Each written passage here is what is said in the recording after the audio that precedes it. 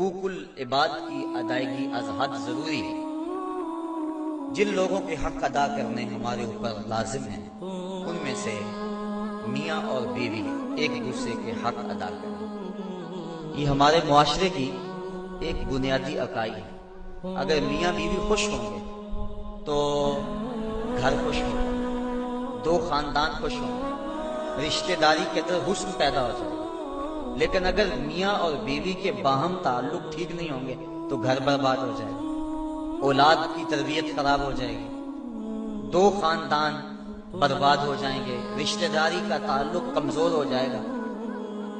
تو شریعت اسلامیہ نے اس کی سخت تلقین کی۔ ایک صحابی نے عرض کی، حضور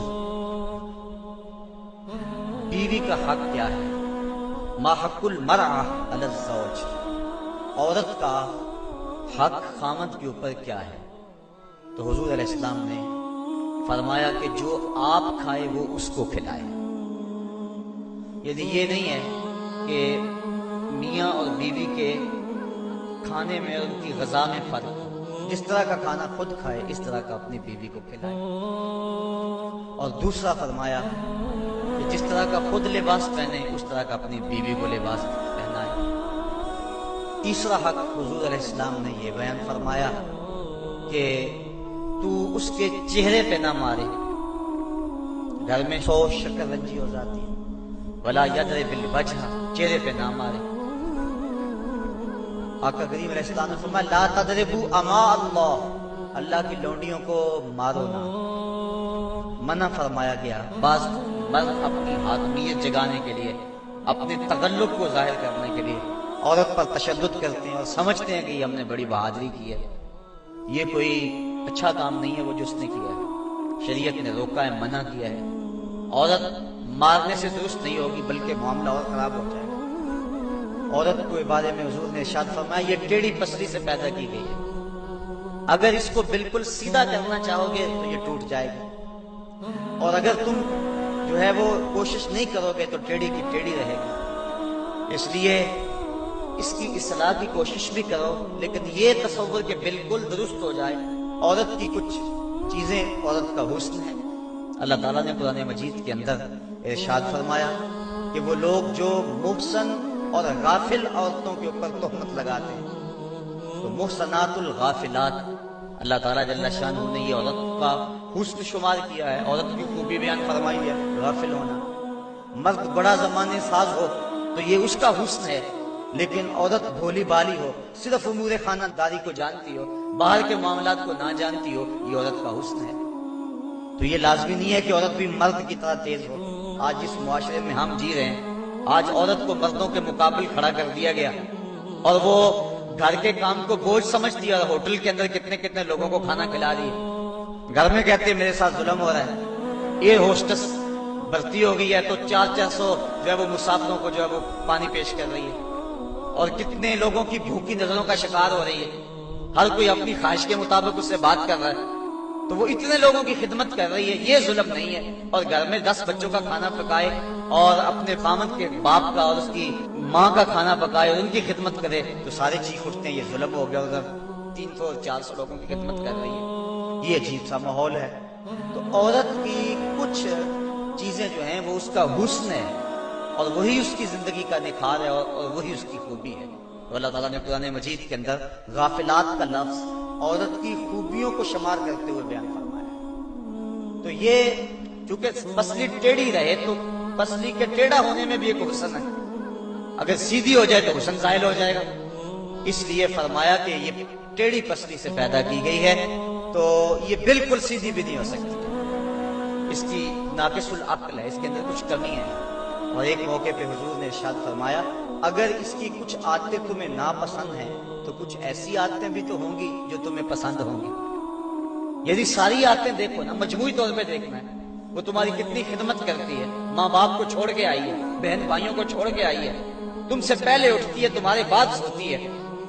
اور کبھی کبھار ایسا ہوتا ہے کہ میاں بیوی اکٹھے کہیں گئے ہوتے ہیں تو راستے کے اندر دونوں آ رہے ہیں، بچہ بیوی نے اٹھایا ہوا ہے جبکہ طاقتور مرد ہے، اور پھر جب واپس گھر پہنچتے ہیں تو خاوند کہتا ہے کہ جلدی جلدی پانی بناؤ، اور وہ کبھی برف توڑ رہی ہے، کبھی چینی میں لا کے پانی تیار کر رہی ہے اور پھر سب سے پہلے خامد کو دیتی ہے، بچتا ہے تو خود پیتی ہے۔ کمزور بھی بیوی ہے، دونوں ایک طرح کی دھوپ میں چل کے آئے ہیں، بچہ بھی بیوی نے اٹھایا ہوا تھا، اور آ کے خامد بیوی کو کہتا ہے کہ یہ کام تو کر، لیکن پھر بھی اس کی زبان پہ شفا نہیں آتا۔ اس کو کہتا ہے تم پانی تیار کرو، پانی پیتا کہتا اب کھانا پکاؤ۔ اس گرمی میں پھر بیوی باورچی خانے میں چلی جاتی ہے، کھانا پکا کے آدھے گھنٹے کے بعد پھر مرد کے سامنے رکھتی ہے، وہ کھاتا ہے، کھا کے پھر کہتا ٹانگیں دباؤ، اور شکوانی کرتی ہے کہ عجیب بات ہے تیرے ساتھ میں بھی اسی طرح تھکی ہوں، میں نے بچہ بھی اٹھایا ہوا تھا، میں نے پھر پانی تیار کیا، اب کھانا سخت گرمی میں بنایا۔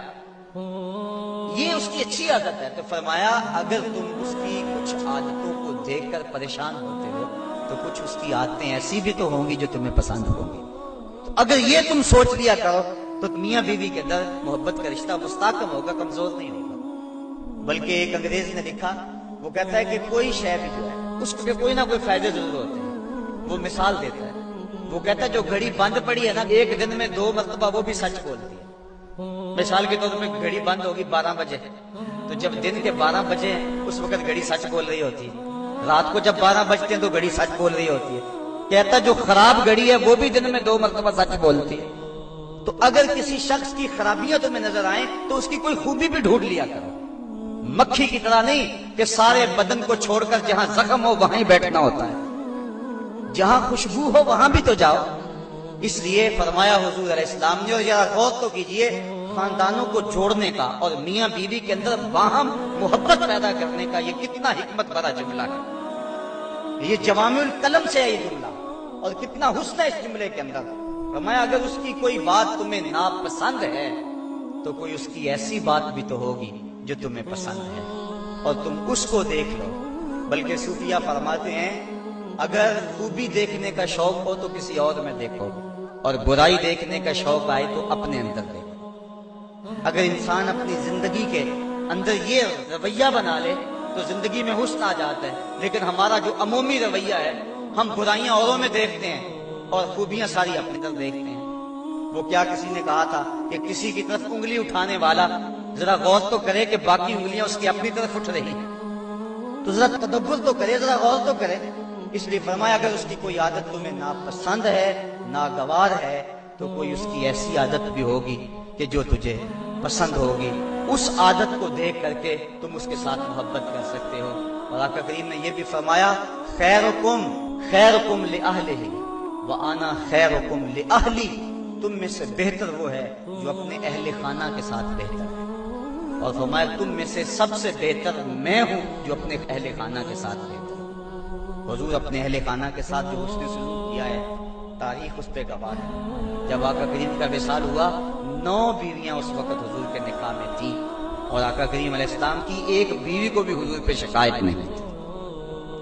جبکہ اتنی کثرت سے ازواج ہوں تو اس وقت شکایت کا پیدا ہو جانا لازم ہے، لیکن اس انداز کے ساتھ حضور نے حسن سلوک کیا ان کے ساتھ، ان کے درمیان عدل قائم فرمایا، اور ان کے ساتھ محبت جو حضور کی تھی وہ مثال ہے۔ حضرت سیدہ طیبہ طاہرہ حضرت خدیجہ الکبریٰ رضی اللہ تعالی عنہا کا جب آخری وقت آیا تو انہوں نے اپنی بیٹی حضرت فاطمہ زہرا رضی اللہ تعالی عنہا کو بھیجا، کہا جاؤ اپنے باپ سے چادر مانگ لاؤ۔ تو سیدہ فاطمہ حاضر ہوئی، عرض کی امی چادر مانگ رہی ہیں۔ تو حضور علیہ السلام نے فرمایا بیٹا اپنی ماں سے پوچھو نا چادر کیا کرنی ہے۔ تو حضرت خدیجہ الکبریٰ رضی اللہ تعالی عنہا کی خدمت میں پوچھنے کے لیے حضرت فاطمہ واپس آ رہی ہیں تو حضرت نبی رحمت صلی اللہ علیہ وسلم بھی پیچھے آ گئے۔ حضرت خدیجہ سخت بیمار تھی، عرض کی حضور اس وقت جو میری حالت ہے آپ دیکھ رہے ہیں، مجھے لگتا ہے کہ یہ میرا آخری وقت آ گیا، میں نے چادر اس لیے مانگی ہے کہ اس چادر سے مجھے کفن دیا جائے۔ اب سنو حضور نے کیا جواب دیا۔ آقا کریم کی آنکھوں میں آنسو آ گئے اور فرمایا خدیجہ تو نے تو چادر مانگی ہے، لو اردت جلدی لا آتیتک، اگر تو میری جلد بھی مانگتی میں وہ بھی اتار کے دے دیتا۔ یہ ہے محبت بیوی کے ساتھ، یہ ہے پیار کا رشتہ۔ حضرت ام المومنین سیدہ عائشہ صدیقہ رضی اللہ تعالی عنہا فرماتی ہیں حضور کثرت سے حضرت خدیجہ کا تذکرہ کرتے تھے۔ ایک دن مجھ سے نہ رہا گیا، میں نے کہا حضور آپ اس بوڑھی عورت کا تذکرہ نہیں چھوڑتے؟ تو حضور نے فرمایا عائشہ مجھے خدیجہ کے بارے تکلیف نہ دو، جب پورے مکے نے میرا انکار کیا تھا اس نے میرا اقرار کیا تھا۔ حضرت عائشہ صدیقہ رضی اللہ تعالیٰ عنہ فرماتی ہیں ایک دن حضور بقیع سے واپس آ رہے تھے، میرے سر میں سخت درد ہو رہا تھا، حضور تشریف لائے تو میں نے کہا واہ راسا ہو، ہائے میرا سر گیا۔ تو حضور علیہ السلام نے کہا وَأَنَا یا عائشہ، عائشہ یہ تیرے سر میں درد نہیں، یہ تو میرے سر میں درد ہو رہا ہے۔ یہ بیوی کے ساتھ محبت کا انداز ہے جو حضور نے اختیار فرمایا۔ یہ کیسا پیار ہے، یہ کیسی الفت ہے، ذرا غور تو کریں۔ حضرت سودا رضی اللہ تعالی عنہ حضور ان کے ہاں تشریف فرما تھے۔ حضرت عائشہ صدیقہ رضی اللہ تعالی عنہ نے کچھ پکایا، میٹھی چیز تیار کی، جی میں آیا حضور کو دو۔ آقا کریم حضرت سودا رضی اللہ تعالی عنہ کے ہاں تھے، انہوں نے وہ شے اٹھائی اور حضرت سودا کے حجرے میں چلی گئی، وہ چیز رکھی، کھانا شروع کیا۔ حضور بھی تناول کر رہے ہیں، حضرت عائشہ رضی اللہ تعالی عنہ بھی تناول کر رہے ہیں، لیکن حضرت سودا نہیں لے رہے۔ ان کے دل میں یہ بات آ گئی کہ میری باری تھی اور یہ کھانا تیار کر کے ادھر لے آئی ہے، اس لیے وہ نہیں کھا رہے۔ تو حضرت عائشہ صدیقہ رضی اللہ تعالی عنہا نے اس حلوے یا اس کھیر سے انگلی کے ساتھ تھوڑی سی چیز لگائی، حضرت سودا کے رخسار پہ بند دی۔ اب حضرت سودا نے عرض کی حضور یہ دیکھو انہوں نے کیا کیا ہے۔ تو آقا کریم نے فرمایا نیکی کی جزا نیکی اور برائی کی جزا برائی، ایسا کرو کہ تم بھی بدلہ لے لو۔ تو حضرت سودا نے انگلی لگائی اور حضرت عائشہ صدیقہ رضی اللہ تعالیٰ عنہ کے چہرے پہ لگا دی۔ اب ان کے چہرے پہ بھی وہ حلوہ یا وہ کھیر وغیرہ لگی ہے، ان کے چہرے پہ بھی لگی ہوئی ہے۔ باہر دروازے سے دستک ہونے لگی، دروازے پر کسی نے دستک دے دی۔ اب حضور تشریف لے گئے، دیکھا تو حضرت عمر فاروق کھڑے تھے، ابھی غالباً حجاب کی آیتیں نہیں اتری تھی، تو حضور جلدی جلدی آئے، فرمایا منہ دھو لو عمر آ رہے ہیں۔ اب دونوں کے ساتھ عدل بھی فرمایا حضور نے، اور ایسی شگفتگی بھی پیدا ہو گئی۔ بعض مرد سمجھتے ہیں کہ ہم مرد ہیں اور ہمیں عورتوں کے ساتھ بالکل سیریس رہنا چاہیے، ان کے ساتھ کوئی مزاح نہیں کرنا چاہیے، جبکہ مزاح فرمانا چاہیے۔ عورتوں کے ساتھ حضور نے فرمایا ہے۔ حضرت عائشہ صدیقہ رضی اللہ تعالی عنہ اور حضور جا رہے تھے کسی سفر پہ، حضور کی عادت یہ تھی جب قافلے میں ہوتے سفر کرتے تو سب سے پیچھے ہوتے، تو قافلہ تھوڑا سا آگے چلا گیا، تو حضور نے فرمایا عائشہ دوڑ نہ لگائیں۔ عرض کی ہاں ٹھیک ہے۔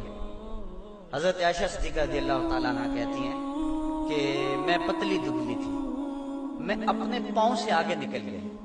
یہ لفظ ہے حضرت عائشہ صدیقہ، یہ نہیں کہا میں حضور سے آگے نکلی، بلکہ ادب کا یہ عالم ہے، کہا میں اپنے پاؤں سے آگے نکل گئی۔ خیر معاملہ ختم ہو گیا، کافی عرصہ بیت گیا۔ ایک دن پھر ہی ایسا موقع بنا، میرے جسم میں تھوڑی سی فربہی آ گئی تھی، تو حضور نے فرمایا عائشہ دوڑ نہ لگائیں، میں نے کہا لگاتے ہیں۔ تو جب دوڑ لگائی تو میں پیچھے رہ گئی، حضور آگے چلے گئے، تو حضور نے پیچھے پلٹ کے دیکھا اور مسکرا کے فرمایا یہ اس دن والا بدلہ ہو گیا۔ تو اب مزاح فرمایا حضور علیہ السلام، اور حضرت عائشہ صدیقہ رضی اللہ تعالی عنہ فرماتی ہیں کہ اللہ کے محبوب علیہ السلام مجھے حمیرہ کہہ کے پکارتے تھے، یہ محبت کا عالم تھا۔ تو عورت کے ساتھ اس نے سلوک کرنے کا درس دیا گیا ہے، تو فرمایا اس کو مارو نہ، ولا یکبہ، اور اس کو گالی نہ دو۔ عورت کو گالی گلوچ کرنا یہ کوئی اچھی عادت نہیں ہے۔ کسی کو گالی دیں آپ یا مجھے کوئی گالی دے تو میرے دل میں جو ہے وہ زخم لگے گا اس گالی کا۔ وہ کیا کسی عربی شاعر نے کہا ہے، تلوار کے زخم ہیں وہ مٹ جاتے ہیں لیکن جو زبان کے زخم ہیں وہ نہیں مٹتے۔ کسی کا مارا ہوا بول ختم نہیں ہوتا۔ اب کسی کو کوئی بات کہہ دے تو ساری زندگی وہ زخم نہیں مٹتا۔ تو جن میاں بیوی نے اکٹھے رہنا ہو ساری زندگی اور وہ خامد گالیاں دے تو بیوی کے دل میں کتنی نفرت پیدا ہو جائے گی۔ یہ آئلی زندگی کا سسٹم تباہ ہوگا یا نہیں ہوگا؟ اس لیے حضور نے فرمایا کہ چوتھا حق یہ ہے کہ وہ گالی نہ دے، اور پانچواں حق یہ بیان فرمایا حضور نے وَلَا يَهْجُرْ إِلَّا فِي الْبَيْتِ۔ عورت کی کوئی عادت ناپسند ہے یا کوئی ایسا معاملہ ہو گیا تو حکم ہے پہلے سے سمجھاؤ، اگر وہ سمجھتی نہیں ہے تو پھر حکم ہے کہ اس کا بستر الگ کر۔ اب علماء نے اس کے ساتھ بھی شرط لگائی، بستر الگ کرنے کا یہ مفہوم نہیں ہے کہ اس سے بول چال چھوڑ دو، اگر بول چال چھوڑ دو کہ بچوں پہ اثر پڑے گا۔ بستر کو الگ کرنا یہ تمہارے میاں بیوی کا معاملہ ہے، بچوں کو پتہ نہ چلے، بچوں کی تربیت خراب ہو جائے گی اگر تم اس سے جو ہے وہ ایسا الجھاؤ پیدا کرو۔ اور پھر کہا کہ فی البیت، اس کو الگ گھر میں کرو، اس کو میکے نہ بھیجو، اگر میکے بھیجو گے تو اس کے والدین کو تکلیف ہوگی، تو تمہارے دو خاندانوں کے اندر فساد بپا ہوگا۔ کیسی حکمت بھرے جملے ہیں۔ فرمایا ایک تو اس کو جدا کرو، دوسرا گھر کے اندر کرو، کسی تیسرے کو کانوں کان خبر نہ ہو، اور عورت جو ہے وہ تمہاری جدائی برداشت نہیں کر سکتی، کیونکہ عورت کی فطرت اور ضرورت ہے مرد، وہ مرد کو دیکھ کر تسکین پاتی ہے، اور مرد کا چہرہ اجڑ جائے تو گھر اس کو کھانے کو آتا ہے، گھر میں اسے سکون ہی ملے گا، ہر طرح کی دولت و آسودگی ہو، لیکن خامد کا چہرہ سیدھا نہ ہو تو عورت کو سکون ہی نہیں ملے گا۔ اس لیے فرمایا کہ تم اس سے ناراض ہو جاؤ، بگڑ جاؤ، لیکن گھر کے اندر بستر سے الگ ہو جا، الگ سونا شروع کر دو، لیکن گھر کے اندر، تاکہ بچوں کے حالات پر بھی فرق نہ آئے اور تمہارے خاندانوں کے اندر بھی تفریق نہ پڑے۔ تو کہا یہ حق ہیں عورت کے مرد کے ذمے، اب ذرا ان پہ بار بار غور کریں۔ تو میں جو خود کھاتے ہو انہیں کھلاؤ، جو خود پہنتے ہو انہیں پہناؤ، اور چہرے پر نہ مارو، اور فرمایا ان کے بستر الگ کر دو اور ان کو گالی نہ دو۔ یہ حضور علیہ السلام نے عورت کے حق بیان فرمائے۔ اور پھر حضور نبی رحمت صلی اللہ علیہ وآلہ وسلم نے یہ بھی ارشاد فرمایا، اکمل المؤمنین ایمانا احسنهم خلقا وخیارکم خیارکم لأہلہ۔ فرمایا تم میں سے کامل ایمان اس شخص کا ہے جس کے اخلاق اچھے ہیں، خلق اچھا ہے، جس کا منہ میٹھا ہے، جس کی بولی ٹھیک ہے۔ تو کیا کسی نے کہا تھا لہجے میں اگر رس ہو تو دو بول بہت ہے۔ انسان کو رہتی ہے محبت کی زبان یاد، انسان کو محبت کی بولی یاد رہتی ہے۔ تو کہا کہ جس کا خلق اچھا، اور دوسرا فرمایا جو اپنے اہل خانہ کے ساتھ ٹھیک ہے، سارے زمانے سے ٹھیک ہے، گھر والوں سے ٹھیک نہیں ہے، تو پھر کیسے زندگی میں سکون آئے گا، طمانینت آئے گا، کیسے چین آئے گا؟ تو تم میں سے بہتر وہ ہے جو اپنے گھر والوں کے ساتھ بہتر ہے۔ اور ابھی روایت میں نے آپ کے سامنے رکھی جس میں حضور نے فرمایا کہ میں تم میں سے سب سے زیادہ اپنے گھر والوں کے ساتھ حسن سلوک کرنے والا ہوں اور اچھائی کرنے والا ہوں۔ تو یہ حکم دیا گیا کہ وہ اچھے انداز کے ساتھ اپنی بیوی کے ساتھ حسن سلوک کرے، اس کو جو ہے وہ مکروہ نہ جانے، اور اس کو برا نہ کہے، اس کو گالی نہ دے۔ دوسری طرف عورت کو کہا الرجال قوامون علی النساء، مرد عورتوں پر قوام ہیں، حاکم ہیں، امیر ہیں۔ یہ اس لیے فرمایا گیا کہ اگر دونوں رائے دیں اور شریعت فیصلہ نہ دے کہ کس کی رائے مقدم ہوگی، رائے میں اختلاف بھی ہو سکتا ہے، تو پھر آئلی سسٹم پھر بھی تباہ ہوگا۔ عورت رائے دے، مرد اس کو قبول کرے، اس کی رائے کی پرواہ نہ کرے، یہ مرد کے لیے مناسب نہیں ہے۔ اس طرح عورت گھر کے اندر عضو معطل بن جائے گی، وہ سمجھے گی کہ میری تو اس گھر میں اہمیت ہی کوئی نہیں، میں جو بات کرتی ہوں مجھے کوئی پوچھتا ہی نہیں۔ عورت بندہ اپنی مرضی بھی کرنی ہے، عورت کی رائے لے لے۔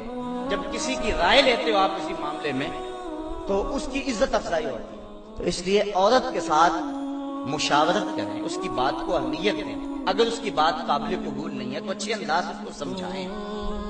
لیکن فرض کرو کہ رائے مختلف ہوگی ہیں تو رائے کس کی کو ترجیح ہوگی؟ مرد کی رائے کو ترجیح ہوگی۔ جس طرح کہ میں نے حقوق والدین کو عنوان سے عرض کیا تھا کہ ماں کچھ اور کہتی ہے، باپ کچھ اور کہتا ہے، اب کس کی بات مانیں، ماں کی یا باپ کی؟ ماں کا درجہ بہت سارا ہے، لیکن ماں کہتی ہے یہ کرو، باپ کہتا ہے یہ کرو۔ تو علماء نے جزیہ بیان فرمایا کہ خدمت میں ماں مقدم ہے، تعمیل حکم میں باپ مقدم ہے۔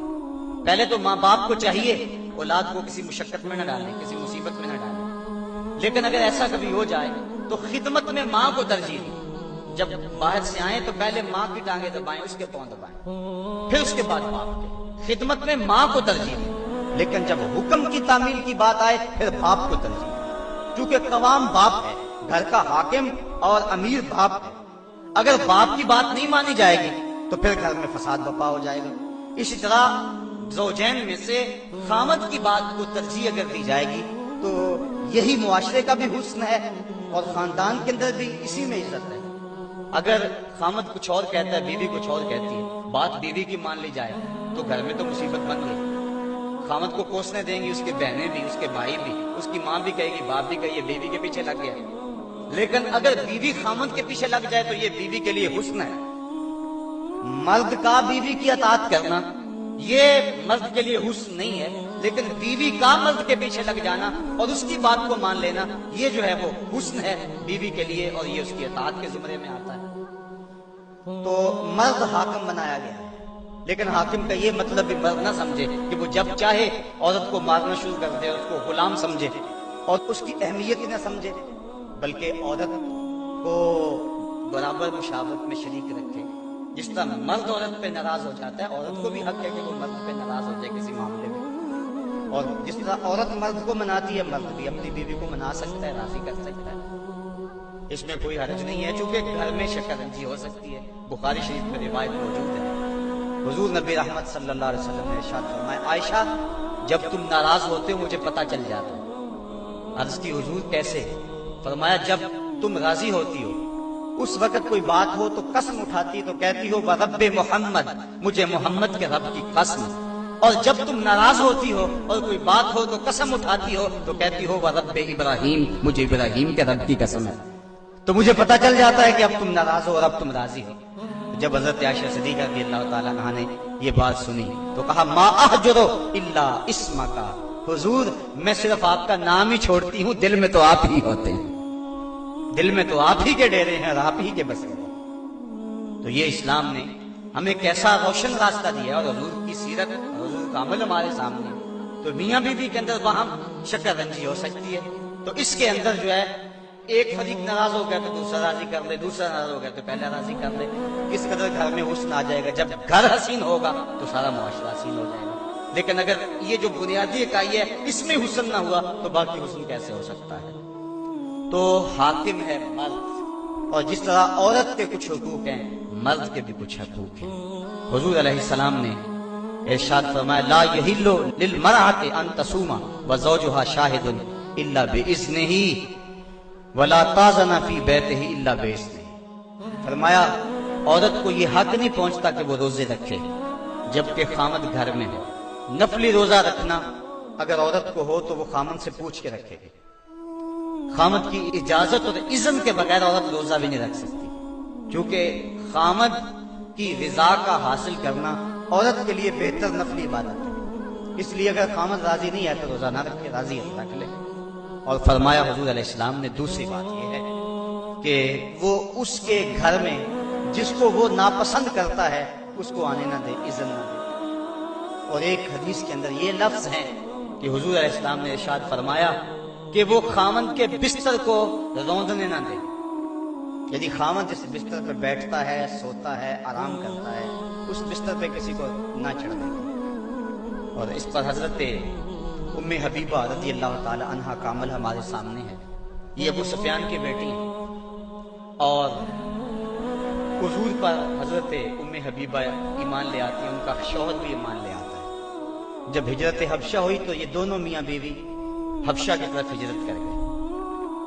کچھ عرصہ وہاں گزرا، ایک دن حضرت ام حبیبہ سوئی تو خواب دیکھا ہے کہ میرے خامد کا چہرہ بدل گیا، تو سخت پریشان ہوئی۔ صبح اٹھی تو پتہ چلا کہ خامد عیسائی ہو گیا، کسی عیسائی کے پاس بیٹھنا اٹھنا تھا تو اس نے اپنا دین بدل لیا۔ تو حضرت ام حبیبہ رضی اللہ تعالیٰ عنہ الگ ہو گئی۔ کچھ عرصے کے بعد خامد بھی فوت ہو گیا۔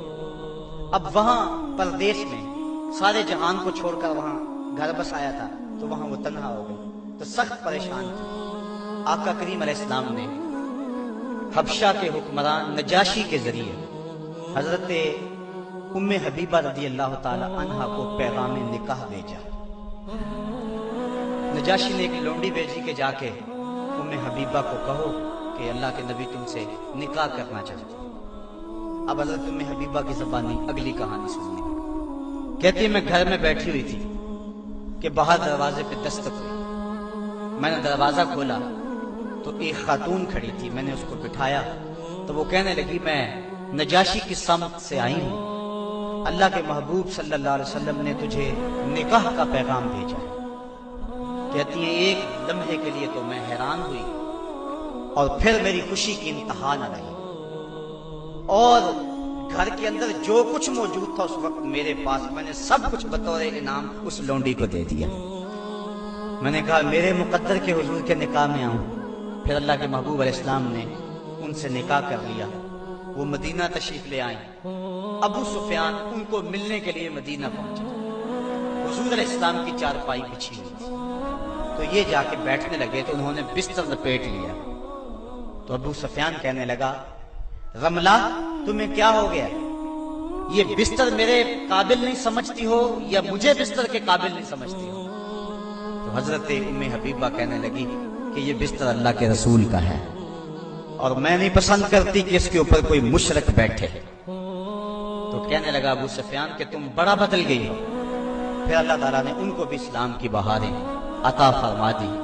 تو یہ حق ہے خامند کا بیوی کے اوپر کہ خامند کے بستر کے اوپر کسی کو نہ بیٹھے۔ اللہ کے محبوب علیہ السلام نے فرمایا، ایما امرأۃ ماتت وزوجها عنها راض دخلت الجنہ، وہ عورت جو اس حال میں مری کہ اس کا خامند اس پہ راضی تھا، فرمایا وہ عورت سیدھی جنت میں جائے گی۔ اور ایک روایت میں ایسا ہے کہ 4 شخص ایسے ہیں کہ جن کو جنت میں جانے میں کوئی رکاوٹ نہیں ہوگی۔ ان میں سے ایک وہ شخص جس نے اپنے والدین کی خدمت کی اور والدین اس پہ راضی ہوئے۔ دوسرا وہ شخص جس کے بال بچے زیادہ تھے، ذرائع آمدنی تھوڑے تھے، لیکن اس نے بچوں کے پیٹ میں حرام کا ایک لقمہ بھی نہیں جانے دیا۔ تیسرا وہ شخص جس نے ایسی پکی توبہ کی، گناہوں کی طرف دوبارہ پلٹنا اس کے لیے اتنا ہی مشکل ہے جس طرح تھنوں سے نکلے ہوئے دودھ کو واپس کیا جائے۔ اور چوتھی وہ خاتون کہ جس نے اپنی ساری محبتیں اپنے خامد پہ نچھاور کر دی اور اس حال میں فوت ہوئی کہ اس کا خامد اس پہ راضی تھا۔ فرمایا ان 4 کو جنت میں جانے سے کوئی بھی نہیں روک سکتا۔ تو عورت کی جنت مرد ہے، اگر وہ مرد کو راضی کر دے گی تو جنت کی راہوں کی مسافر ہے، اور اگر وہ اپنے شوہر کو راضی نہیں کر پاتی تو اللہ کے محبوب علیہ السلام نے فرمایا میں نے کثرت کے ساتھ عورتوں کو دوزخ میں دیکھا ہے۔ عرض کی حضور کس وجہ سے؟ فرمایا ایک تو کثرت سے لعنت کرنے والی ہوتی ہے اور دوسرا خامد کی ناشکری کرنے والی ہوتی ہے۔ یہ 2 بد خصلتیں عورت میں ایسی ہیں جو عورت کو جہنم کا ایندھن بنا دے۔ ورنہ عورت جو اپنے خامد اور شوہر کے ساتھ وفا کرتی ہے، کسی بزرگ نے کہا کہ عورت نے 2 بول بولے کہ میں تیری ہوں، پھر زمانہ بدل گیا وہ نہ بدلی، اس نے وفا کی حد کر دی۔ تو وہ بزرگ کہتے جس طرح عورت نے وفا کی حد کر دی، اگر بندہ اپنے رب سے حد کر دے یوں وفا کی تو اللہ کتنا کرم اس کے اوپر فرمائے۔ اب عورت دکھ بھی سہتی ہے، تکلیفیں بھی سہتی ہے، لیکن اپنے اس قول سے نہیں پھرتی، بدلتی نہیں ہے۔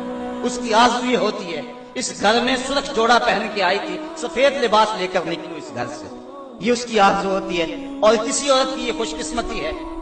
تو عورت اگر اپنے خامند کو راضی رکھتی ہے تو وہ جنت کی مسافرہ ہے، لیکن اگر اپنے خامند کو ناراض کر دیتی ہے تو وہ جنت کی خوشبو بھی نہیں پائے، اس حال میں مرے کہ اس کا شوہر اس سے راضی ہو جائے۔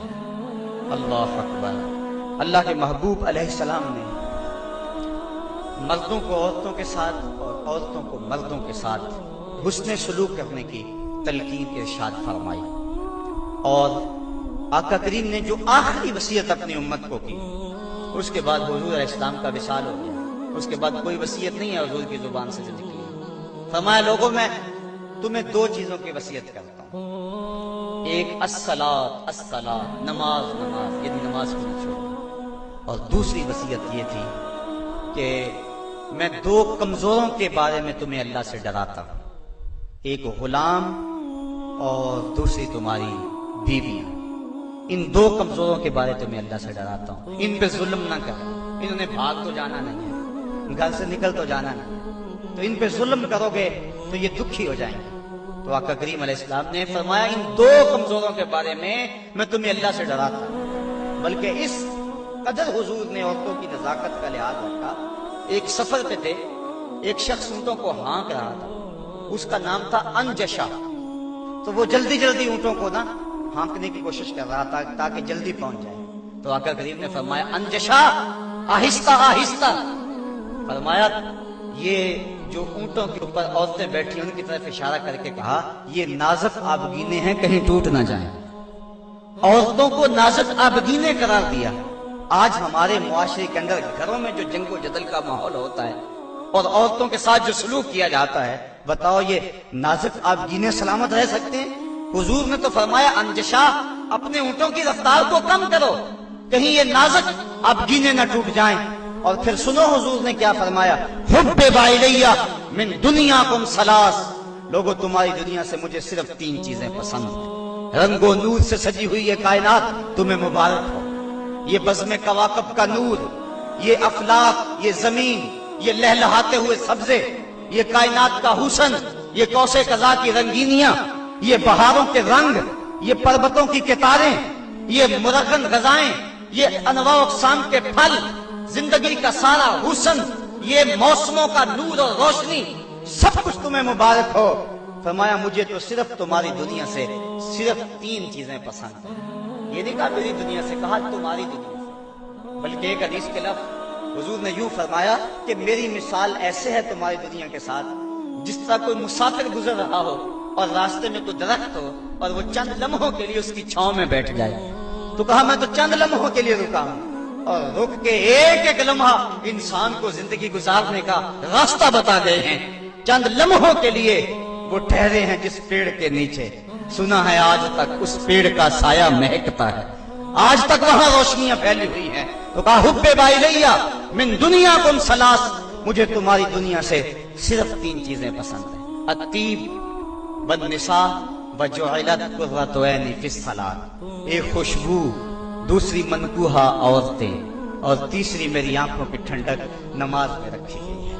تو صاحبو، میرے اور آپ کے آقا و مولا حضور نبی رحمت صلی اللہ علیہ وآلہ وسلم نے یہی ہمیں وصیتیں کی، عورتوں کے ساتھ اس نے سلوک کرنے کا، اور عورتوں کو حکم دیا کہ تم اپنے خامند کے ساتھ اس نے سلوک کرو، بلکہ فرمایا کہ اگر اللہ کے علاوہ کسی کو سجدہ جائز ہوتا تو میں بیوی کو حکم دیتا کہ وہ اپنے خامند کو سجدہ کیا کرے۔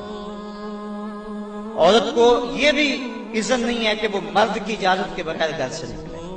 اگر مرد پابند کرنا چاہے عورت کو ہمت نہیں کہ نکلے، شریعت نے منع کیا، بلکہ حضور نے ارشاد فرمایا جب کوئی عورت مرد کی رضا اور اذن کے بغیر گھر سے باہر نکلتی ہے تو آسمانوں کے سارے فرشتے اس عورت پہ لعنتیں نازل کرتے ہیں، اور پھر جب وہ گزرتی ہے جن راہوں سے، انسانوں اور جنوں کے علاوہ باقی ہر درخت، ہر پتھر، ہر شے جو راستے میں آتی ہے اس عورت پہ لعنت بھیجتا ہے۔